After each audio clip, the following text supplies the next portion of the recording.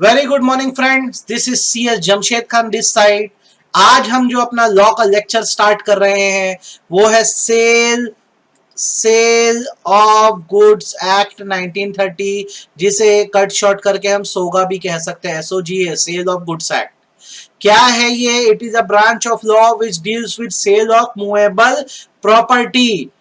हर वो प्रॉपर्टी जो movable nature की है, अगर उसे बेचना हो तो उस पर कौन सा लॉ एप्लीकेबल होगा? Sale of goods act. जैसा कि हम जानते हैं कि जो प्रॉपर्टी होती है वो मेनली दो तरह की होती है। मैं शब्द मेरा याद रखना, मेनली कह रहा हूं मैं, है ना। या तो प्रॉपर्टी मूवेबल होती है या तो प्रॉपर्टी इमूवेबल होती है, राइट। अब होता क्या है, मूवेबल प्रॉपर्टी वो है जो एक प्लेस से दूसरी प्लेस में ट्रांसपोर्ट की जा सकती है या ले जाई जा सकती है, और इमूवेबल वो होती है जिसे एक प्लेस से दूसरी प्लेस नहीं ले जाया जा सकता। तो हमारे लॉ मेकर्स ने ये व्यवस्था की है कि जितने भी मूवेबल प्रॉपर्टीज हैं उसको लेकर जो इंडिया में रूल चलेगा उसे कहेंगे सेल ऑफ गुड्स एक्ट 1930। और जितनी इमूवेबल प्रॉपर्टीज हैं इनको लेकर जो रूल चलता है उसे हम कहते हैं ट्रांसफर ऑफ प्रॉपर्टी एक्ट 1882। तो ये क्लियर डिस्टिंक्शन आप ध्यान रखिए। कभी भी जब मूवेबल प्रॉपर्टी की बात आएगी तो उसके लिए जो रूल है वो कौन सा है? Sale of goods act 1930। और जब भी बात आएगी इमूवेबल प्रॉपर्टी की तो उसको लेकर रूल कौन सा है? Transfer of property act 1882। अगर आपको इतनी बातें समझ आ गई हैं तो चलिए आगे बढ़ते हैं। हम पहले पढ़ लेते हैं एक्ट के फीचर्स क्या है। जब ये बनाया गया है sale of goods act, sale of goods act, तो इस सेल ऑफ गुड्स एक्ट 1930 के फीचर क्या है? तो एक एक करके स्टार्ट करते हैं फीचर।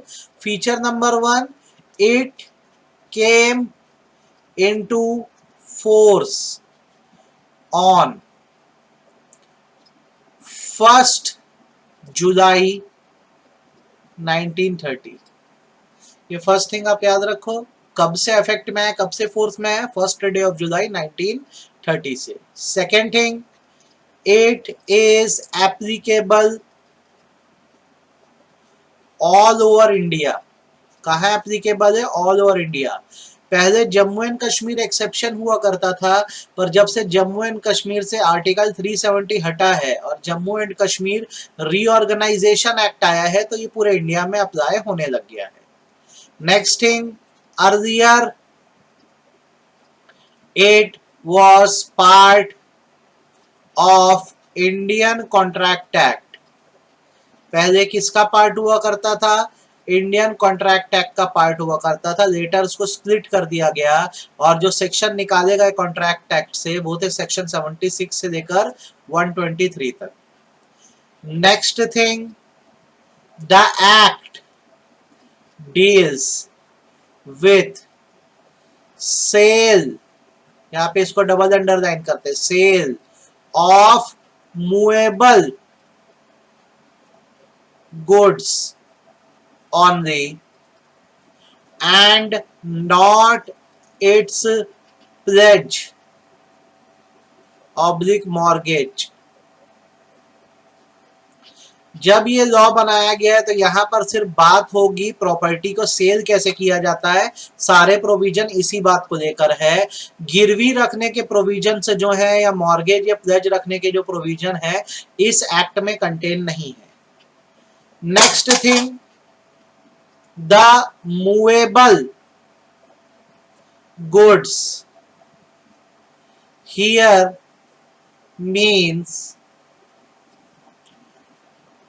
every kind of, यहां पे इन्वर्टेड कॉमा दे देते हैं, every kind of movable property except, except मतलब कुछ अपवाद है। पहला मनी, दूसरा इमूवेबल प्रॉपर्टी, तीसरा एक्शनेबल क्लेम। एक्शनेबल क्लेम तो बेसिकली यहाँ पे मूवेबल गुड्स का मतलब हर तरह की मूवेबल प्रॉपर्टी है बस इसमें क्या क्या इंक्लूड नहीं होता, मनी, इमूवेबल प्रॉपर्टी और एक्शनेबल क्लेम। क्यों नहीं होता, तो जैसे अगर मैं मनी की बात करूं तो मनी एक्चुअल में क्या है, ये खुद एक मीडियम ऑफ एक्सचेंज है, मतलब एक ऐसी चीज जो गुड्स के बदले एज अ कंसिडरेशन दी जाती है, गुड्स के एक्सचेंज में पे होता है। अब होगा क्या, अगर आप मनी को गुड्स मान लोगे ना तो बार्टर सिस्टम बन जाएगा, मतलब गुड्स के बदले गुड्स दे रहे हो। तो हमेशा याद रखो मनी को मीडियम ऑफ एक्सचेंज ही माना जाता है और गुड्स के एक्सचेंज में इसे पे करना होता है, ये एक तरह का कंसिडरेशन है, इसलिए इसको मूवेबल गुड्स के डेफिनेशन में नहीं मानते। Second thing, immovable properties. Immovable properties, अब इमूवेबल प्रॉपर्टीज का क्या हिसाब किताब है अगर आपको बताऊं, तो मैंने आपको ये बोला है कि ये वो लॉ है जो मूवेबल प्रॉपर्टीज से ही डील करता है। इमूवेबल प्रॉपर्टी के लिए एक दूसरा ही लॉ है जिसे ट्रांसफर ऑफ प्रॉपर्टी एक्ट 1882 कहते हैं। तो क्योंकि ये कवर होता है टोपा, टोपा माने ट्रांसफर ऑफ प्रॉपर्टी एक्ट 1882, तो इसे भी गुड्स की डेफिनेशन में नहीं दिया जाता। और तीसरी चीज होती है एक्शनेबल क्लेम। एक्शनेबल क्लेम मतलब होता है क्लेम ओवर डेप्थ। एग्जाम्पल के तौर पे अगर मैं इसका एक एग्जाम्पल लूं,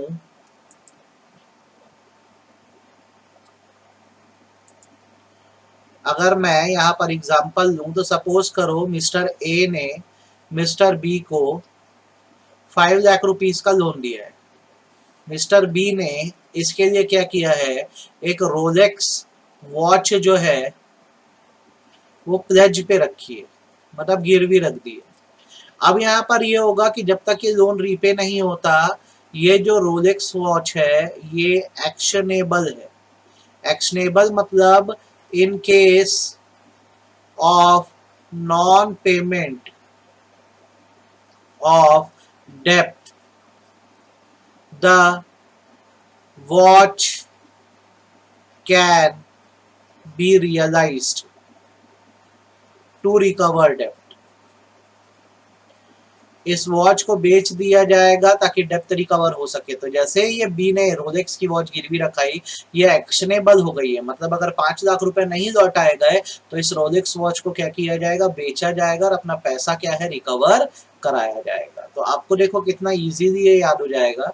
सबसे पहले फोर्स में कब से आया, 1 जुलाई 1930 से। कहाँ एप्लीकेबल है, ऑल ओवर इंडिया। ठीक है, पहले किसका पार्ट था, कॉन्ट्रैक्ट एक्ट का। कहां से कहां तक सेक्शन 76 से 123 तक। ठीक, ये एक्ट सिर्फ किसकी बात करता है, मूवेबल गुड्स के सेल की बात करता है, उनके प्लेज या मॉर्गेज की बात नहीं करता। नेक्स्ट, मूवेबल गुड्स का मतलब क्या, हर तरह की मूवेबल प्रॉपर्टी, किसे छोड़कर, मनी को, इमूवेबल प्रॉपर्टी को और एक्शनेबल क्लेम को। तीनों का कंसेप्ट मैंने आपको समझा दिया है। ठीक बात है। अब आते हैं एक्चुअल चीज पे, हम पढ़ते हैं सेल की डेफिनेशन क्या है। डेफिनेशन ऑफ सेल पढ़ते हैं हम लोग, और थोड़ा ध्यान से पढ़ेंगे, ध्यान से देखेंगे। Sale means transfer, sale means transfer of property in goods from seller to buyer for consideration। Sale का मतलब होता है जब गुड्स जो है सेलर से बायर को ट्रांसफर होते हैं कंसिडरेशन या पैसों के लिए, तो उसे सेल कहा जाता है। अब डेफिनेशन छोटी सी है लेकिन इसका जो आप देखोगे इंटरप्रिटेशन बहुत बड़ा है, तो हम एक एक टर्म की बात करते हैं। जैसे सबसे पहला, ट्रांसफर ऑफ प्रॉपर्टी का क्या मतलब है, पहले इतने हिस्से को समझते हैं। तो जब मैं ट्रांसफर ऑफ प्रॉपर्टी कहता हूं तो यहां पर यह माना जाता है प्रॉपर्टी का मतलब ओनरशिप होता है। प्रॉपर्टी का मतलब ओनरशिप होता है।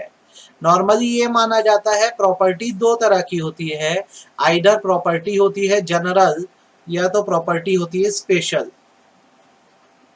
जनरल प्रॉपर्टी मतलब where seller has full ownership over goods. जहां सेलर की गुड्स पे फुल ओनरशिप है उसे जनरल प्रॉपर्टी बोलते हैं।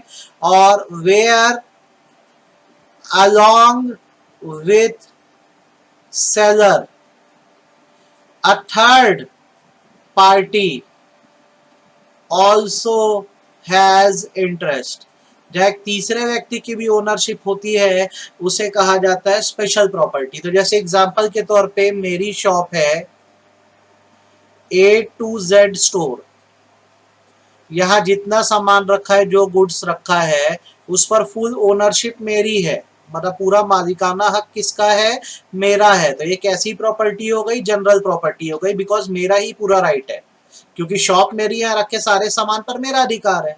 अच्छा, अगर मैं दूसरा एग्जांपल लूं, A to Z स्टोर है, लेकिन यहाँ जो गुड्स है वो कहीं प्लेज किए गए हैं। प्लेज माने क्या, गिरवी रखे गए हैं, गिरवी रखे गए। तो अब इसमें क्या होगा, मेरी ओनरशिप लिमिटेड हो जाएगी ना।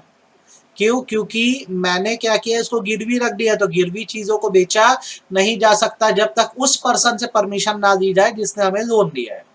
तो बेसिकली ट्रांसफर ऑफ प्रॉपर्टी माने ओनरशिप है। मैंने आपको बताया प्रॉपर्टी दो तरह की है, जनरल और स्पेशल। जिस पर हमारा पूरा राइट है वो जनरल, और जिस पे किसी और का भी राइट है वो स्पेशल। तो इससे हमें यह समझना होगा कि in a sale general property transferred, mainly क्या ट्रांसफर होता है, जनरल प्रॉपर्टी या जनरल ओनरशिप ही ट्रांसफर्ड होती है, ये बात ना भूलें। प्रॉपर्टी माने ओनरशिप। तो होप सो आपको पहला डिकोडिंग समझ आ गई होगी। दूसरी चीज जो आती है वो आती है गुड्स का कंसेप्ट। गुड्स का कंसेप्ट समझते हैं हम लोग।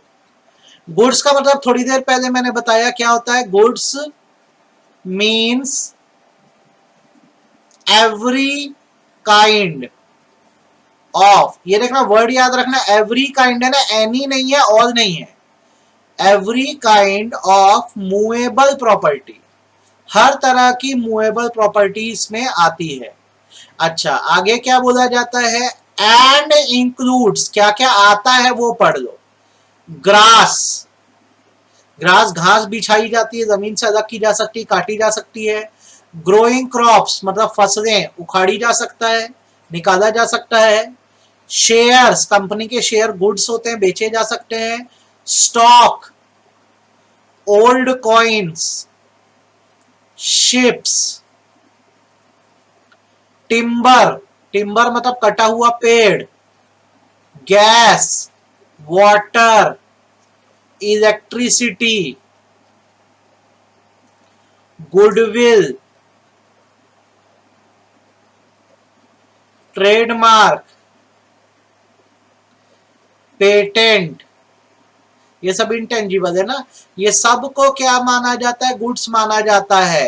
एक्सेप्ट, क्या नहीं आता गुड्स में, तो आपको पता है मनी नहीं आता, इमूवेबल प्रॉपर्टी नहीं आती, इमूवेबल प्रॉपर्टी नहीं आती, एक्शनेबल क्लेम नहीं आता।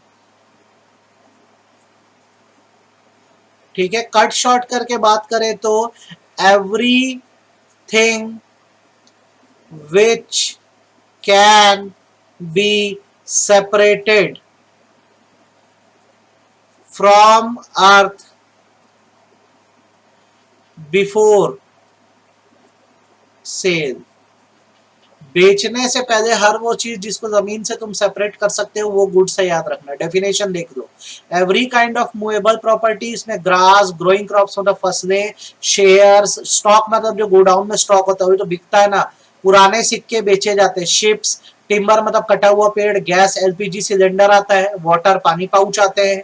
इलेक्ट्रिसिटी बेची जाती है। गुडविल, ट्रेडमार्क, पेटेंट, और हर वो चीज जो जमीन से निकाली जा सकती है। बस क्या नहीं आता, तो money, immovable property, actionable claim नहीं आता। तो देखो हो क्या रहा है, sale means transfer of property in goods. In goods का मतलब क्या हुआ, इन गुड्स का मतलब आपको मैंने बता दिया है, ट्रांसफर ऑफ प्रॉपर्टी माने ओनरशिप। गुड्स का मतलब क्या, हर तरह की मूवेबल प्रॉपर्टी। किससे जा रहा है, सेलर से। किसको जा रहा है, बायर को। किस चीज के लिए, कंसिडरेशन के लिए। तो इसकी भी डिकोडिंग कर देते हैं। सेलर मतलब कौन होता है? तो साधारण भाषा में तो सामान बेच रहा है, लेकिन हम इसको ऐसे पढ़ते हैं, हु सेल्स और अग्रीज टू सेल। हम कॉन्ट्रैक्ट एक्ट में बात पढ़े ना कि पहले अग्रीमेंट बनता है फिर कॉन्ट्रैक्ट बनता है, तो वही है ये बात। जो बेचता है या बेचने के लिए अग्री करता है उसको तुम सेलर बोलोगे। मैं किसी शॉप का ओनर हूं, कई बार लोग मेरी शॉप पे सामान देखकर भी चल देते हैं, तो मैं अग्री करता हूं कि हाँ ठीक है मैं बेच दूंगा, और अगर मैं बेच रहा हूं तो सीधी सी बात मैं सेलर हूं ही। वैसी बायर कौन है? हु बायस, जो खरीदता है, और अग्रीज टू बाय, जो खरीदने के लिए तैयार होता है। अगर मैं दुकान में जाके सामान खरीद दे रहा हूं तो हु बाय, और सिर्फ देख के आया हूं बोलूंगा जल्दी खरीद लूंगा तो या अग्री टू बाय। तो याद रखना जब सेल और बाय का एलिमेंट आएगा तो आपका बन रहा है कॉन्ट्रैक्ट, और जब आप सिर्फ कर रहे हो क्या? अग्रीमेंट। क्या कर रहे हो? अग्री कर रहे हो, तो आपका बन रहा है सिर्फ अग्रीमेंट टू सेल। तो इसके हिसाब से आपको क्या ध्यान रखना होगा, ये जो मतलब है ना सेल का, ये एक तरह का जेनरिक टर्म है। जेनरिक का मतलब होता है कॉमन टर्म है, ठीक है, कॉमन टर्म है। और इसमें दो चीजें आती हैं, सिर्फ बातचीत हुई है तो उसको तुम बोलोगे अग्रीमेंट टू सेल। अगर सिर्फ बातचीत हुई है तो अग्रीमेंट टू सेल है, और जहां सच में ओनरशिप ट्रांसफर हो गई है वो कॉन्ट्रैक्ट ऑफ सेल है। ये आपको नहीं भूलना है। ये जो है ये स्विच भी किया जा सकता है, कॉन्ट्रैक्ट ऑफ सेल को ऊपर दिया जा सकता है, यहाँ पे सेल को नीचे दिया जा सकता है, फर्क नहीं पड़ेगा। तो जहां सिर्फ बातचीत हुई है वो अग्रीमेंट टू सेल है। जैसे मैं आपकी शॉप पे गया, आपकी मेरी बात हुई है कि अगले महीने खरीदेंगे या बेचेंगे, तो एग्रीमेंट टू सेल है। और जब सही में खरीदी बिक्री हो रही है तो वो क्या हो रहा है? कॉन्ट्रैक्ट ऑफ सेल हो रहा है। तो होप सो आपको ये डीकोडिंग आ गई है कि अब सेल में क्या चीजें आ रही है। एक क्या आ रहा है? अग्रीमेंट आ रहा है, और दूसरी चीज क्या आ रही है यहाँ पर? कॉन्ट्रैक्ट ऑफ सेल आ रहा है। आपको ये समझ आ गया होगा जहां तक मैं उम्मीद करता हूँ। अच्छा, ये सब किस चीज के लिए हो रहा है? तो ये सब हो रहा है कंसीडरेशन के लिए। तो कंसीडरेशन मतलब क्या? कंसीडरेशन मतलब क्या? तो कंसीडरेशन का मतलब होता है मनी कंसीडरेशन। सामान खरीदने के लिए आपको पैसा ही देना है, मनी कंसीडरेशन। अब इसके साथ ये याद रखना, या तो ये फुल्ली इन कैश हो सकता है, या तो ये partly in cash, partly in kind हो सकता है। Partly in cash, partly in kind का मतलब क्या होगा? एक्सचेंज ऑफर होगा। जैसे होता है ना, फ्लिपकार्ट से भी कुछ खरीदते, जैसे नया मोबाइल कितने का है? 20,000 रुपए का है। तो अब इसमें क्या होगा, जैसे ये न्यू मोबाइल है 20,000 का, ठीक है, अब मैं क्या करता हूँ, अपना एक ओल्ड मोबाइल दे देता हूँ जिसका 4,000 रुपए एक्सचेंज वैल्यू जा रही है, और 16,000 रुपए क्या कर देता हूँ? कैश पे कर देता हूँ। ऐसा तो मैं कर ही सकता हूँ ना। तो यहाँ पर आप देखोगे तो क्या हो रहा है, यहाँ पर आप देखोगे तो पार्टली इन कैश है और पार्टली इन काइंड है ना। ये क्या हो रहा है? एक्सचेंज में जा रहा है। तो ये अब पूरा जो डेफिनेशन है उसका एक प्रॉपर पोस्टमार्टम हो गया। मुझे उम्मीद है आज के लेक्चर में आपको इतनी चीजें समझ आ गई होगी। अगर आ गई है तो बोलो हाँ। Thank you so much.